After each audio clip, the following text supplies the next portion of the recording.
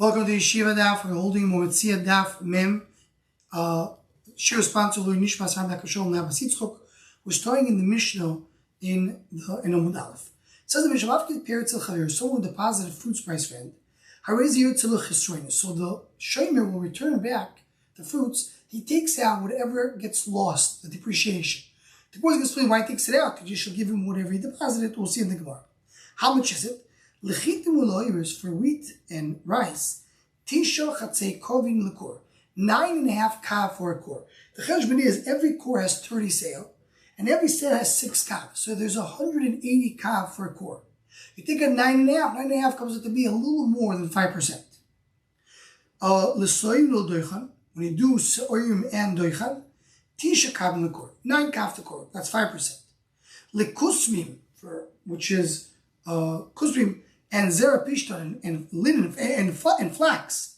Shloisha seim lekor. Do 3 seil for kor. That's much more because you have 30 seil.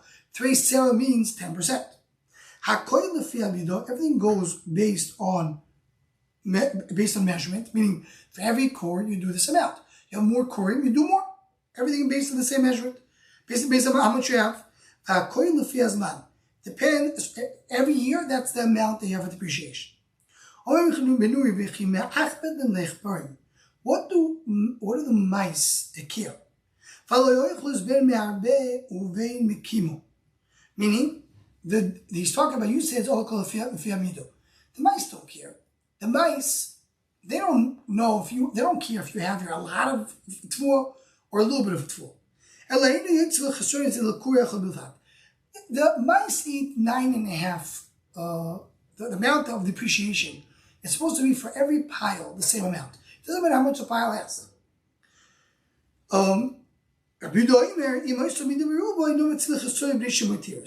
says another point. He says, you have a lot, so it does inflate. When you get to the winter months, one's going to tell us it inflates. So really what you're losing, you're gaining back. So we'll see in the Gemara a little bit more about that. Now, what about the time of Rabbi Yochanan ben Nuri regarding the mice? So the Torah brings you the Yerushalmi. The Yerushalmi says, Rishoyim, it's very interesting, Achboi Rishim. Mice are Rishoyim, or wicked. Why are they wicked? They don't just eat themselves. They call all of their friends and they ask their friends to come and eat with them. So when there's a big pile, there'll be more mice to eat. So the more it is, the more the appreciation is. So the Gemara, or is tuva chaser. What in rice, we know the depreciation is much more. We talk about that was already peeled rice, and then you don't lose the peeling. And a regular rice, you also lose the peeling. That's the reason it loses so much more.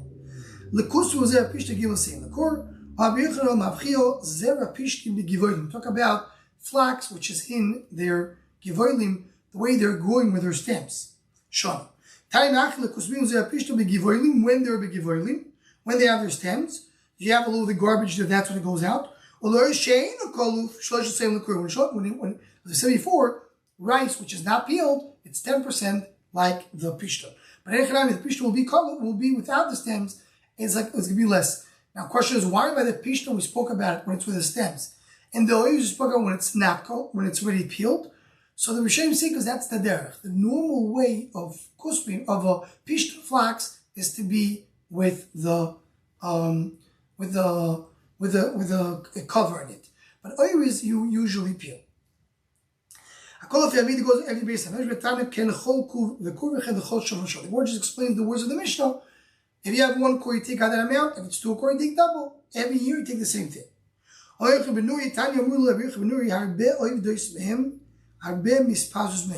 So they took an argument that says the reason is there's other depreciation, not only the mice.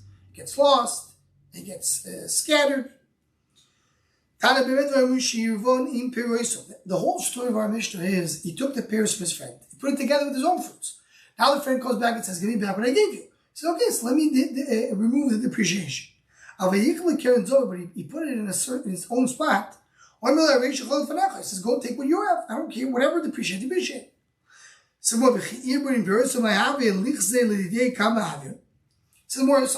why you just do a blanket rule? See how much depreciation was. Take the cheshbon, take whatever he has, whatever his friend has put together, see how much we'll appreciate. Says the more we stop again, we talk about he ate already from the fruits. So there's not, the original amount is not there. Still, let's see how much he ate. We'll do the cheshbon. In other words, we have here a certain amount, we don't know what it is. He put his friend's fruit together with his fruits, doesn't know how much appreciated, so you need to have the rules of the Mishnah. He says, if we're talking about a big midah, so it inflates. So what does it mean? You have 10 kor. 10 kor. Why 10 kor? So the Torah explains why. And here there's a discussion of Mishnah. We just mentioned what Torah says. What do you mean? It inflates. So every amount, you have 2 kor, it inflates a little bit. 3 kor, a little more. Well, why 10 kor? It says Torah 10 kor, it inflates a full loss of a kor. Every kor loses 9.5 kaf. When you have 10 kor, that loss will be compensated with an inflation. That's what it means. So you don't have to decrease a full. So instead of decreasing 10 times 9.5, just decrease 9 times 9.5. Because one of them was already shown. So that's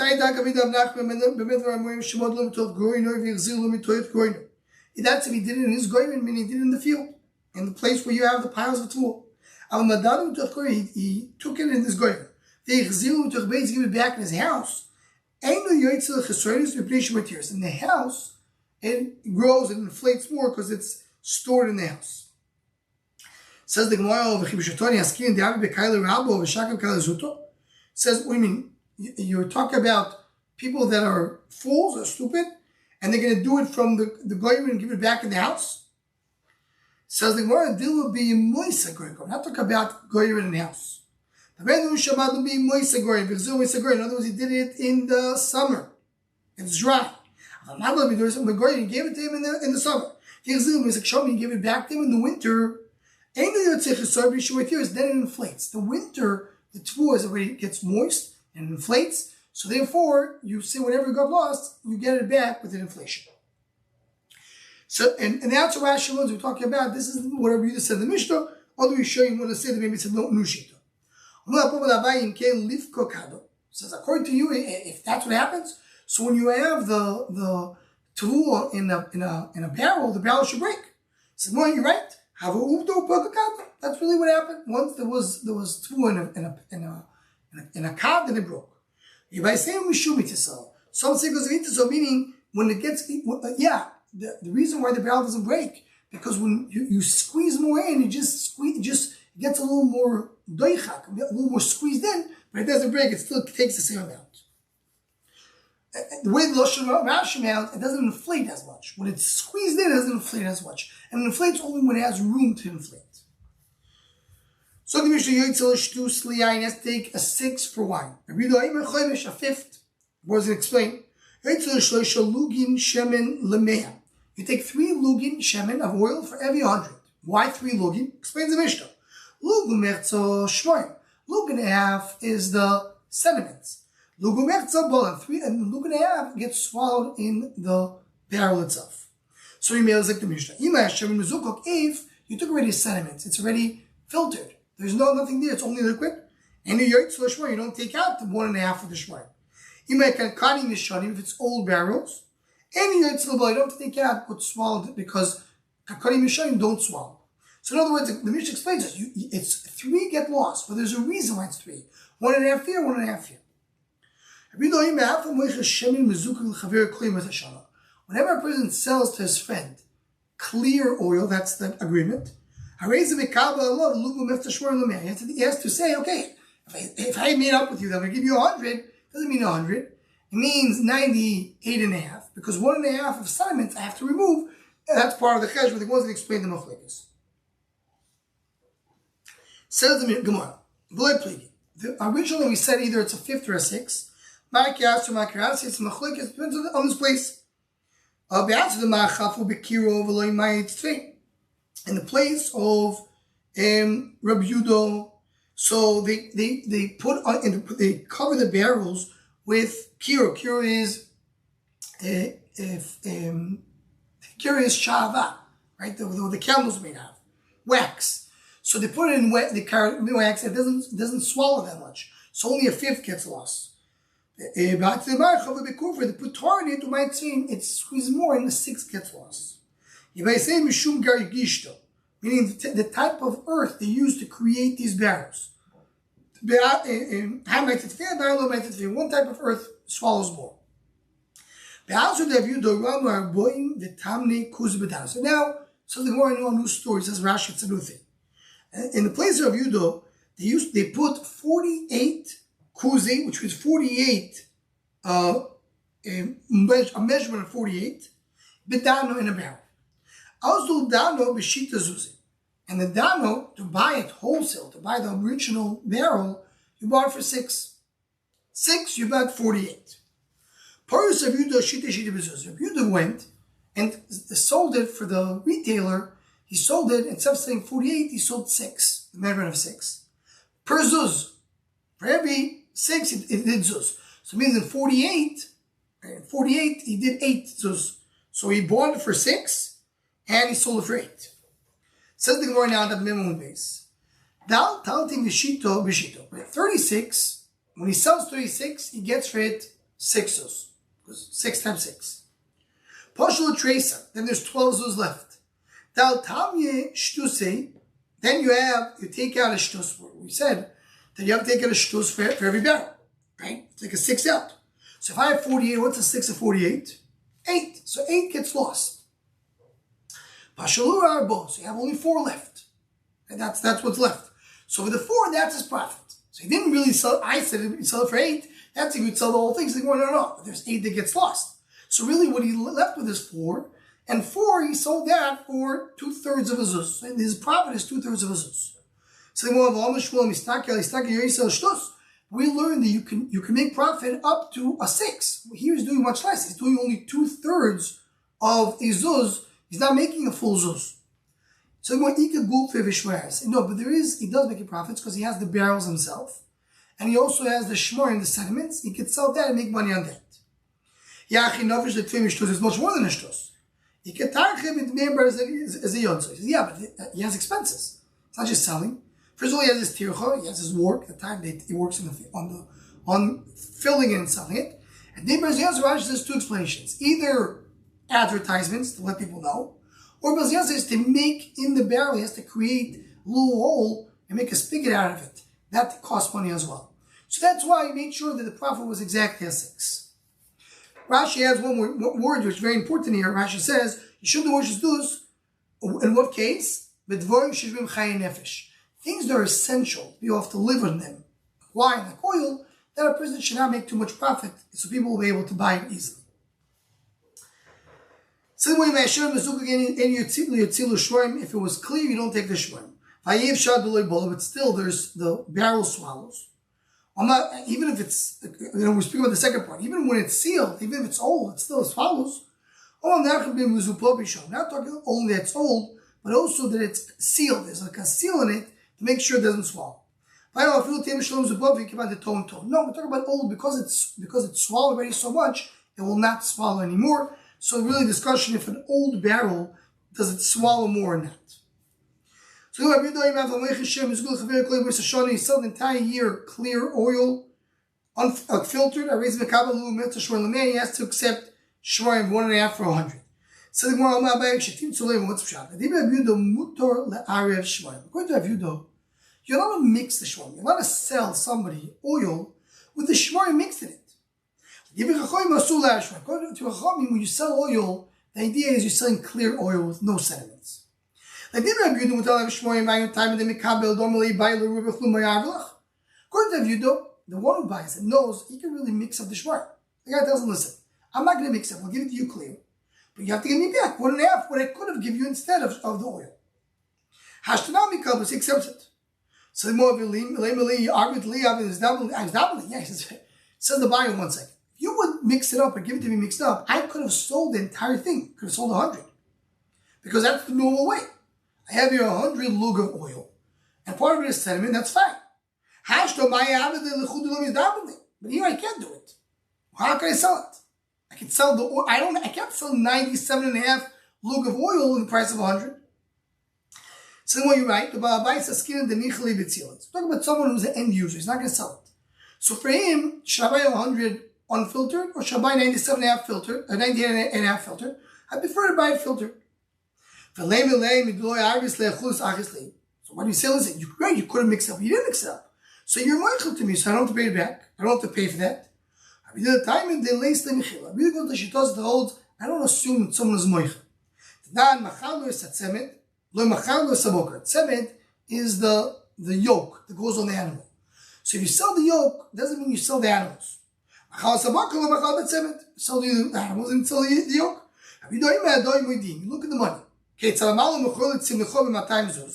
he says, I'm going to sell you a yoke for 200, people know, 200 is not the cost of a yoke. So you probably sold it with the animals. So we said, no, we made 200, we said 200. Hi, it's much more expensive than usual. You agreed. So what is the Gemara saying? Question is here, that's a question, Mechila. The Rebbe says, I'm not Mechil. If I give you something that's worth 100 for 200, obviously I was planning to buy more stuff. Chayim say, no, we said this is what it is. Hi, it's more, you're Mechil me. You agreed to pay more. Do we assume that person is just willing to give up? Or we say, no, he still has the cheshbon in it? So the here, they say you can't mix up shmoim. So when I sell you oil, it has to be pure. That's why he doesn't accept it. Says if you wanted to mix it up, you couldn't mix it up anyway. So that's why I'm not accepting. So that's what Ba'abayis shita. According to you, you're allowed to mix it up. I'm selling to you without it. Let me get paid for it. According to Chacham, you have to sell it pure. Makes sense to say the opposite. Mix up, that's what I'm not accepting. This is the exact story we said before. You could mix up, you didn't. So you might have, I don't have to give it back, I don't have to pay for it. You're not allowed to mix it up. I can't mix it up. So you're not accepting it. So what does it mean? Meaning the main profit that the guy gets is that 1.5. The oil, he buys it for 100, it sells it for 100. So what does he gain? He gained because he's not selling 100, he's selling 98.5. Now 1.5, that's his profit. So if I'm selling for the same amount that I bought it, Zvuni Vizovin, buying and selling for the same price, T Greek, is that called a businessman? Businessman has to sell for more than what he bought it. So that's what he's saying. He's saying, obviously I need to make some profit. Where's my profit? This is what it is. So if I wanted to mix it up, I'm not allowed to. So if I can mix it up and I could sell you with the mix up, this is my profit because I bought it for the price of 98.5 and it's selling for 100, okay? But if I can't mix it up, I'm buying for 98.5, it's selling for 98.5, just the correct choice before. So what am I gaining? So therefore it has to be that I can get that profit. So two different ways to understand Yud and Rabbah. So what Tana Echad Lekev, Chad Mafkid, is a buyer or a Mafkid someone deposit, lift kotim. What's up kotim? Rashi says, I have to accept kotim. So they go, my lift kotim, what is lift kotim? Rashi explains what kotim, by the way, is psoilis agarinim etzofil b'neshim. Talk about the dirt that's on the oil. So what does it mean, my lift kotim? Same way the buyer doesn't accept it. As we said before, mafkin namin lo mikabel kotim. So also the mafkin says, give me pure oil. So the Shem says, why am I responsible to take away your dirt? And the mafkin, the kalkut, it was the opposite. The same with the mafkin. Obviously, he takes whatever he gave. He takes also the dirt. So what mean mikabel kotim? Does he take the dirt?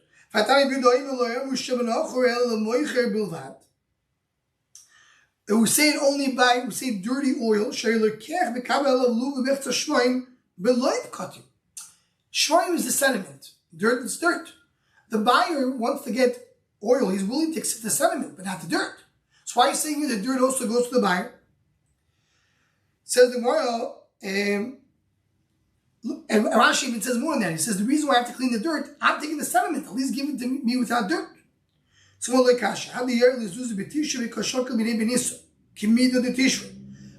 he gives the money in Tishrei, and he takes it in Nisan the way it was worth in Tishrei. He